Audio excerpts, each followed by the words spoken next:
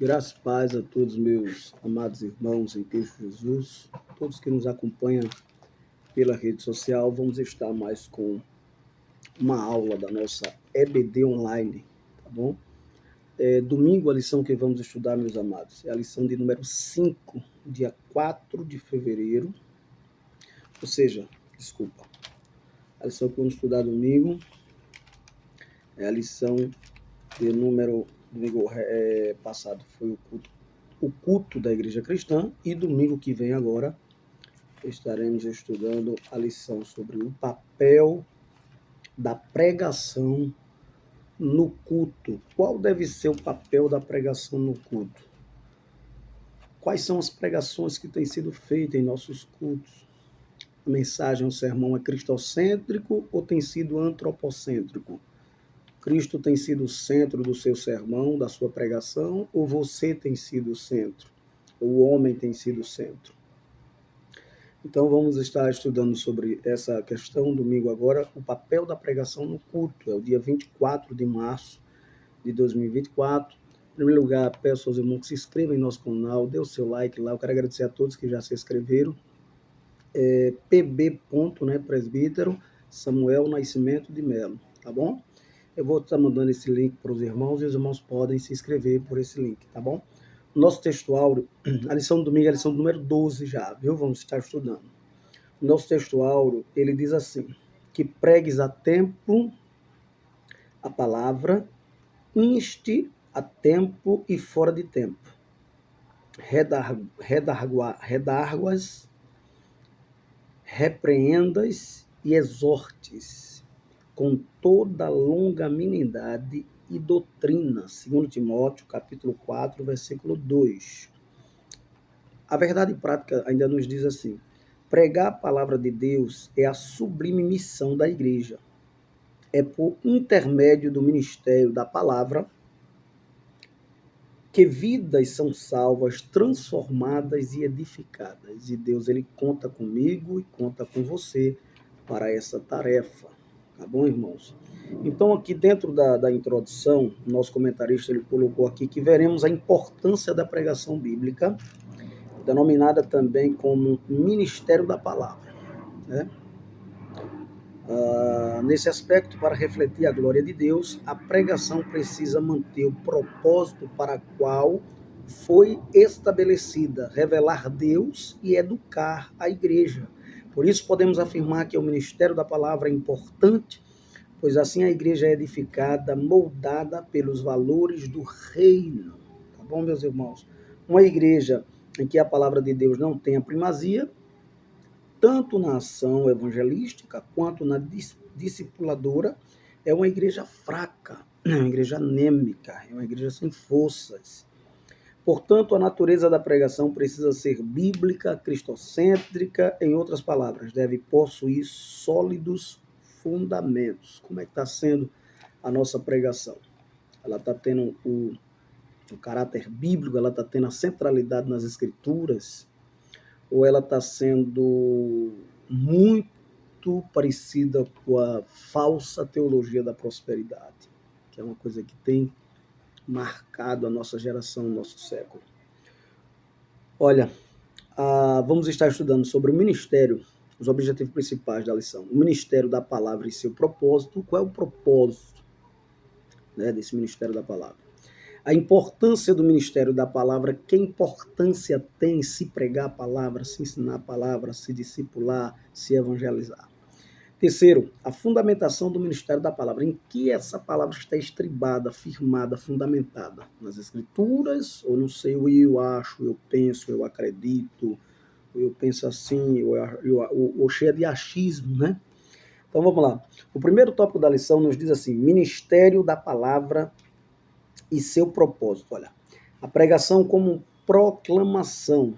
Eu coloquei aqui, amados, que na pregação como proclamação, a gente vai ver que o propósito da palavra é de revelar Deus às pessoas. Como é que as pessoas vão compreender, entender Deus, conhecer Deus, sem ouvir a palavra? Quando crevem pelo ouvir e ouvir a palavra de Deus. Se a gente abrir a Bíblia em Mateus, no capítulo 3, conforme nosso comentário já colocou, do versículo 1 Ó, e naqueles dias apareceu João Batista pregando no deserto da Judeia, certo? Aí no versículo 5 ele diz, ó, então ia ter com ele Jerusalém e toda a Judeia e toda a província adjacente ao Jordão. Aí no verso 6, e eram por ele batizados no Rio Jordão, confessando os seus pecados. Mas qual é o tipo de mensagem que estamos ouvindo hoje? É sobre a doutrina do pecado? Sobre arrependimento? Uma mensagem que confronte o pecador ou não? E aí fica a seu critério responder, tá bom? Então vamos lá. Já em Lucas, no capítulo 4, versículo 18, ele vai ser mais bem detalhado essa questão dessa proclamação, o ministério da palavra, qual o propósito desse ministério da palavra. A gente vai ver o nosso maior modelo, que é Jesus. E aí no capítulo 4 de Lucas, e eu gosto de ler para a gente confirmar o que estamos falando, a partir do versículo de número 18, ela nos diz assim a palavra do Senhor, 4 e 18. O Senhor Jesus lendo na sinagoga, o Espírito do Senhor Jeová está sobre mim, pois que me ungiu para evangelizar os pobres, enviou-me a curar os quebrantados do coração, a pregoar liberdade aos cativos, a dar vista aos cegos, a pôr em liberdade os oprimidos e anunciar o ano aceitável do Senhor. Olha só que coisa que o ministério propósito esse ministério da palavra tem. Pregar aos pobres, obviamente também aos ricos, mas aqui Jesus está fazendo uma ênfase maior aos pobres, que era a região onde ele habitava. Curar os quebrantados de coração espiritualmente, dar vista aos cegos, visão, tanto física quanto espiritual, tá? Pôr em liberdade os oprimidos, olha aí, e anunciar o ano aceitável do Senhor. Então, o crer vem pelo ouvir, ó. Ele salva os que creem pela loucura da pregação. A gente vai ver isso aonde? 1 Coríntios, amados. No capítulo de número 1, e o verso 21, o apóstolo vai dizer assim, ó, visto como na sabedoria de Deus o mundo não conheceu a Deus pela sua sabedoria, aprove a Deus salvar os crentes pela loucura da pregação. Que pregação? Do Evangelho, da palavra de Deus. Então, amados, nesse primeiro subtópico aí, aprendemos a pregação como proclamação, tá certo? No segundo subtópico do primeiro ponto, nos diz ainda assim, o caso emblemático de Lídia, em Atos 16 e 14. Vamos ver aí o caso emblemático de Lídia, que está lá no livro de Atos dos Apóstolos, ou Atos do Espírito Santo, como melhor a gente possa entender aí, tá?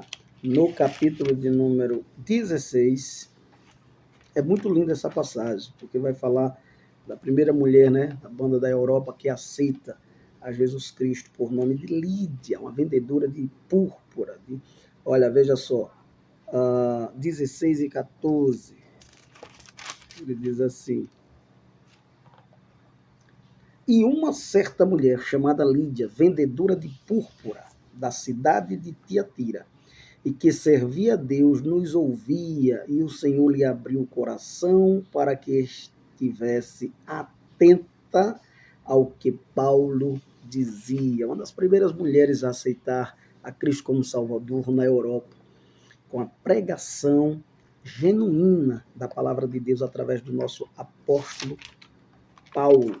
Glória ao nome de Jesus. Veja que coisa maravilhosa. Através da pregação de Paulo, Deus abriu o coração de Lídia. Então, veja bem, a fé é pelo ouvir, e o ouvir pela palavra de Deus. Se você abrir a sua Bíblia no livro de Romanos, no capítulo 10, e o verso de número 17, Romanos 10 e 17, e é bom a gente embasando a palavra de Deus, o texto diz assim, ó, de sorte que a fé é pelo ouvir, e o ouvir pela a palavra de Deus. Como ouvirão, se não há quem pregue? Como pregarão, se não forem enviados?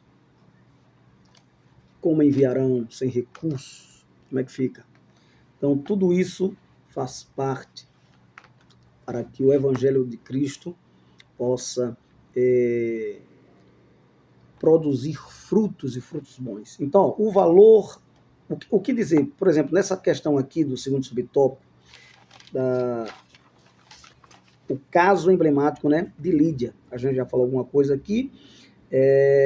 Ela, mais do que uma simples, a palavra de Deus, ela é mais do que uma simples exposição. Claro que é importante a palavra ter começo, meio e fim, a mensagem, certo? A homilética vai nos ensinar que precisamos ler, interpretar e aplicar o texto da palavra de Deus, senão as pessoas não vão entender, não vão compreender, tá bom? Não é apenas ler, é ler, interpretar o que está lendo. Entendes tu que lês? Lembra de Filipe lá? E aplicar aquilo que está lendo a o nosso momento, nossa atualidade, tá bom? Então, veja bem, é mais do que um discurso inflamado. Obviamente, a palavra de Deus não é só um discurso inflamado, não, nem apenas uma simples exposição de ideias, né? Não é apenas um contador de história qualquer, como muitos têm por aí, ainda que seja também, tenha essa parte dentro das escrituras. O próprio Senhor Jesus era um dos maiores contadores de história, mas histórias ao mesmo tempo verídicas e ao mesmo tempo baseadas em verdades, em princípios, em valores, né? Sempre fazendo uma menção às coisas verídicas, ainda que algumas fossem figuradas, ainda que ele usasse muito parábolas, mas estava trazendo a essência ali do Evangelho da melhor maneira possível na linguagem do povo. Então, olha, a palavra de Deus ela é o canal pelo qual Deus se revela ao coração endurecido. Tá bom? Terceiro subtópico, a pregação como instrução. Essa é muito boa, muito maravilhosa, que ela trata a ideia do ensino. Veja bem, a pregação, meus amados, ela pode ser de uma maneira formal, ela pode ser de uma maneira informal. Que maneira é essa informal? Você pode pregar o vizinho no ônibus, na rua da sua casa, né? Que eu já falei, o vizinho no metrô, na faculdade, onde você estiver. Essa é a pregação informal. Mas tem aquela formal, tá certo? Que ela tem, já é direta, objetiva, você já tem um local específico. E tem a pregação também pessoal. Jesus usou muito, todos esses modelos aqui de pregação, Jesus usou. E lembrando que Jesus também usou a pregação em massa. Ele sempre falava, tinha multidões e multidões, mas os maiores sermões e pregações do Senhor Jesus foi a uma pessoa. Lembra da mulher samaritana? Lembra Nicodemos, capítulo 3 de João? Lembra lá do capítulo 16, me parece que é 18 de Lucas, o jovem rico? Lembra também do doutor da lei? Então, uma das maiores sermões sempre foi no evangelismo pessoal, na pregação do evangelismo pessoal. Mas teve em massa, teve formal, teve informal e a pregação também pelo ensino. Um dos maiores métodos da pregação de Jesus foi através do ensino da palavra, certo? Você já imaginou Jesus pregando como muitos hoje pregam? Muito diferente, né? Tem coisas que não são pregações, são aparentes pregações, mas não são pregação. Está longe de uma pregação genuína do evangelho cristocêntrico, tá bom? Onde é fundamentado nas escrituras. Então Jesus usou todas elas, todos esses métodos, com a prioridade no ensino. Abra sua Bíblia em Mateus, no capítulo 4, e o verso de número 23. Veja o que é que a palavra do Senhor nos diz. 4 e 23, e aí a gente vai ver a prova de que como Jesus ele pregava. Tá? Se seguíssemos o modelo do nosso mestre, nosso Raboni, né? Mestre dos mestres do Senhor Jesus, ia dar tudo certo, né? Mas infelizmente muitos não seguem. Então abra aí a Bíblia em Mateus capítulo 4, não é isso? E o verso de número 23, que diz assim: E percorria Jesus toda a Galileia, olha, toda a Galileia. E percorria Jesus toda a Galileia, ensinando nas sinagogas e pregando o evangelho do reino e curando todas as enfermidades e moléstias entre o povo. A pregação de Jesus tinha um momento que a gente poderíamos chamar de, ainda que seja também aplicado diretamente na essência teórico, ele falava, era falando, Mas, no segundo momento da pregação, era agindo, era na prática. E isso é maravilhoso. Isso é uma coisa que hoje não tem acontecido em quase nenhum momento. São raros esses de alguém evangelizar na teoria e depois na prática. Precisamos voltar a essa prática de Jesus Cristo. Então, veja bem, Paulo, ele exigiu aptidão no ensino. Você vai ver isso em 1 Timóteo, no capítulo 4, versículo 13, quando vem as 21 qualificações do obreiro, daquele que é chamado ao ministério da palavra. Olha, todo ele deve ser um grande ensinador, porque senão não vai dar certo. Porque Paulo vai dizer, e essa palavra é apto a ensinar, em grego é didácticos,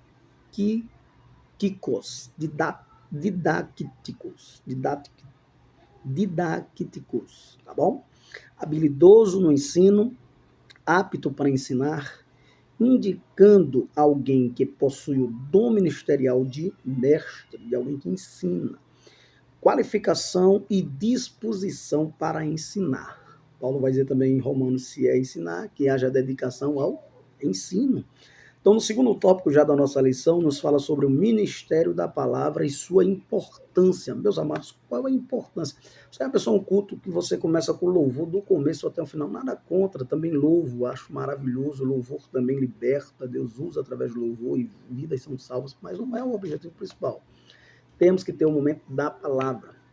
Tá lá, estudamos no domingo passado, salmos, né, ensino, vai estar tudo lá.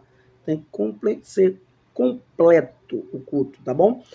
Então, precisamos rever esse tempo da mensagem. 10 minutos de pregação, irmãos, não é pregação, isso é uma saudação. 5 minutos, 7 minutos, é uma saudação.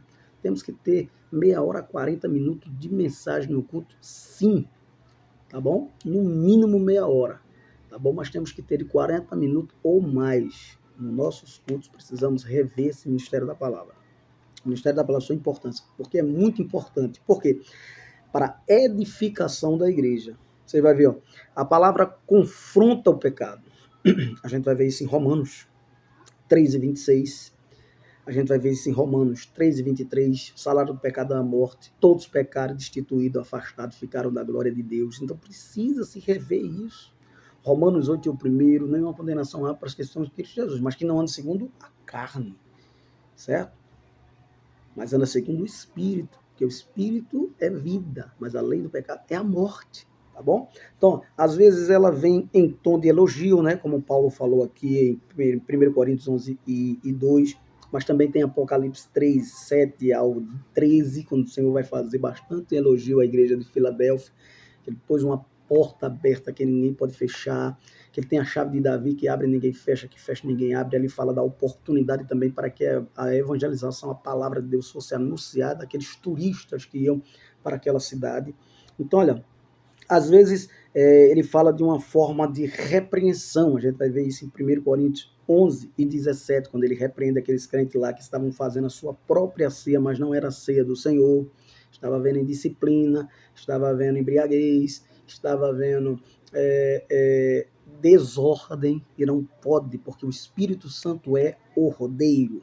Meus amados, Paulo também fala sobre, ele manda Timóteo, né? Persistir em ler, mas não é só ler, em ensinar, e não é só ensinar, em exortar. Olha, a palavra ela é profética, ela serve para ensinar, consolar e edificar.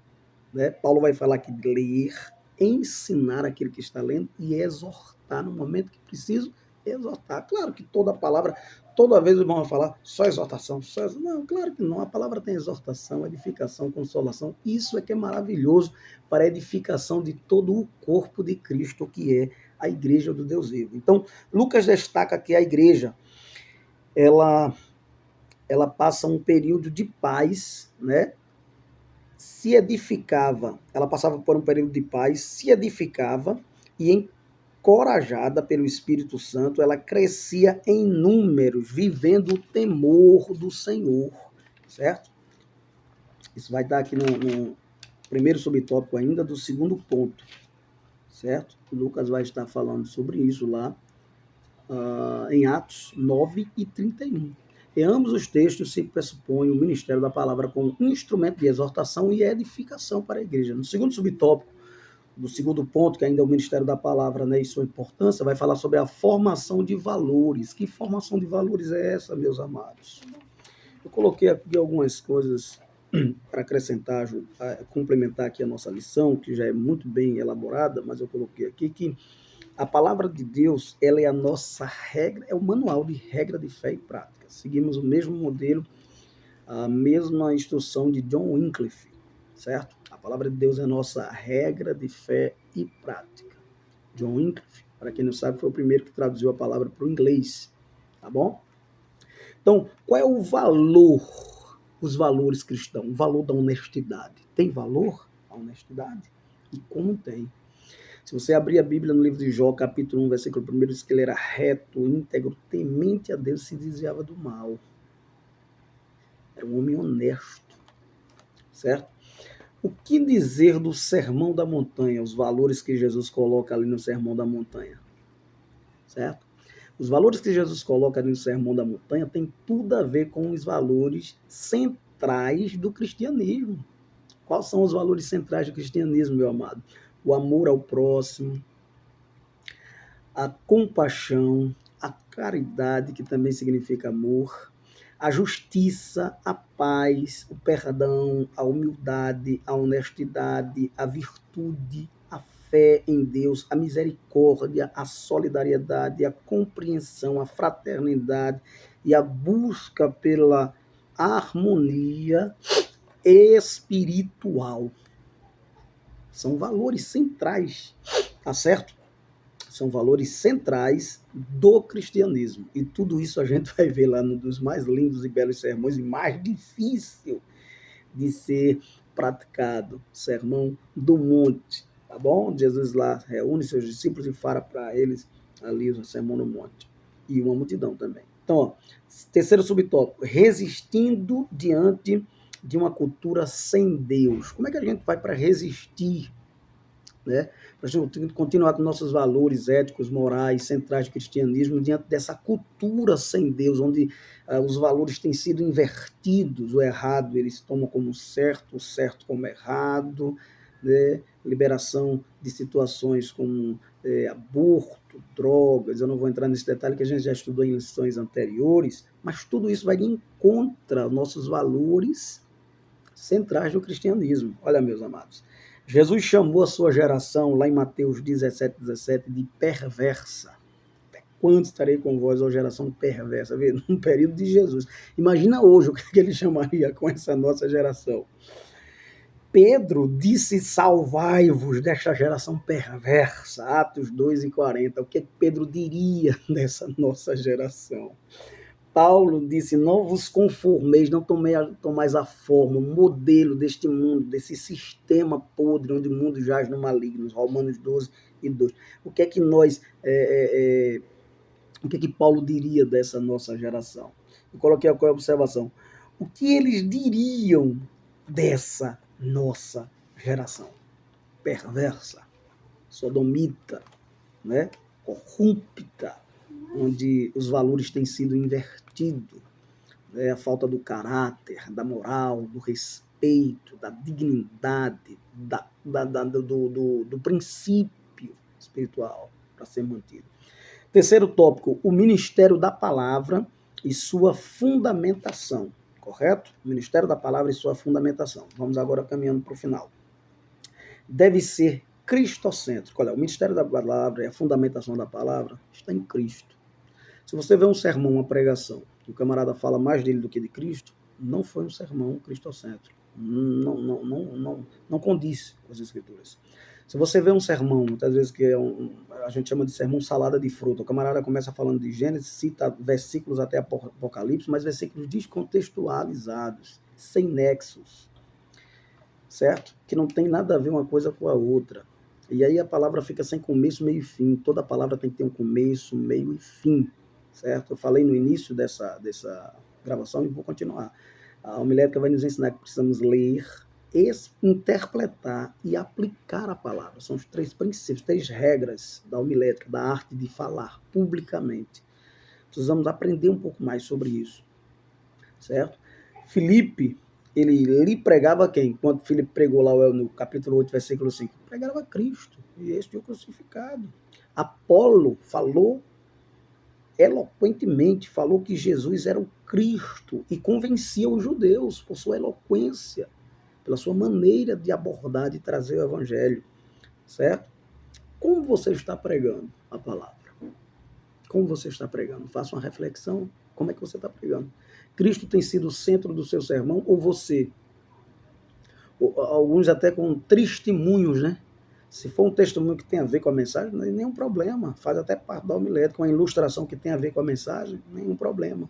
Mas ilustrações sem nexos, e o camarada começa falando de uma coisa, depois está falando de outra, e fala mais da vida dele, e de alguma coisa que aconteceu, do que a palavra em si, não é uma pregação. Pode ser tudo menos uma pregação, certo? Tem muitos aí que têm tido uma performance muito boa, e tem muitos seguidores na internet, mas não é pregação do evangelho. Pregação do evangelho é Cristo é o centro. Se Cristo não for o centro, não é pregação, pode ser qualquer outra coisa, tá bom? O que você está pregando? Como você está pregando? Sua pregação é cristocêntrica ou antropocêntrica? Certo? Isso também dos louvores, mas a gente está falando mais aqui dentro da questão da palavra. Então, a mensagem precisa ser bíblica. Segundo o subtópico, ela vai dizer que deve ser bíblica. Olha, o que se passa muitas vezes por aí por pregação, né? Hoje, na maioria das vezes, né, não é pregação. Muitas vezes são comediantes, muitas vezes são animadores de plateia, muitas vezes eles são popstar, né? Popstar. São garçons que servem aquilo que o povo querem, são coach, são evangelho barato, da graça, fala da graça barata, fala de reinsignificação das escrituras, absurdo, coisas absurdas, não, nada disso se identifica com o evangelho de Cristo, que fala sobre a cruz, que fala sobre negar a si mesmo, tomar a cruz de cada dia, que fala sobre confrontar o pecado, se arrepender, pedir perdão dos seus erros, seguir a Cristo. Amém? Santificação. Você não vê esses homens falando sobre santificação. E quando vai falar, não se identifica com a vida de Daniel, não se identifica com a vida de Cristo, não se identifica com a vida de Paulo, com a vida de Pedro, com a vida desses homens de Deus, não se identifica com a vida de Noé, de Jó, de José. O que dizer do caráter de José? Um homem com um caráter semelhante ao de Cristo. Cristo não tinha nem nascido ainda, mas o homem já tinha um caráter semelhante ao de Cristo. Isso é uma coisa, uma riqueza, né, meus irmãos? Então, na verdade, são modismos. E modismo, você sabe, hoje funciona, amanhã já tem que ter outro estilo, depois tem que ter outro estilo, porque são modas que vão se renovando, certo? Mensagens de autoajuda. Claro, irmão, tem palavras que edificam, que ajudam, obviamente, mas toda vez que a camarada está dando uma mensagem de autoajuda, meu amigo, me ajude, tá? Elas não contêm um conteúdo bíblico, não contém um conteúdo bíblico, é mesclado, sabe? Uma mistura. Eles falam muitas vezes meias verdades, mas isso foi uma tática do diabo lá. Então precisa ter cuidado. Eu coloquei aqui, ó, os objetivos quase sempre desses pregadores atuais são financeiros. Pode observar, no final da mensagem tem que ter teologia da prosperidade, no final do sermão tem que ter a teologia da prosperidade. E cadê a salvação? Cadê a cruz? Cadê o arrependimento? Cadê o perdão? Cadê a santificação? Cadê o olhar para Cristo? Cadê o reconhecimento que somos pecadores? Então, olha, é importante a gente ler aqui, eu quero ler esse texto para a gente já ir finalizando, Filipenses 3:19, veja o que é que o texto vai dizer. Filipenses 3:19, e depois vamos ler Timóteo e a gente encerra, tá? Filipenses, já estamos caminhando para o final, por favor. Filipenses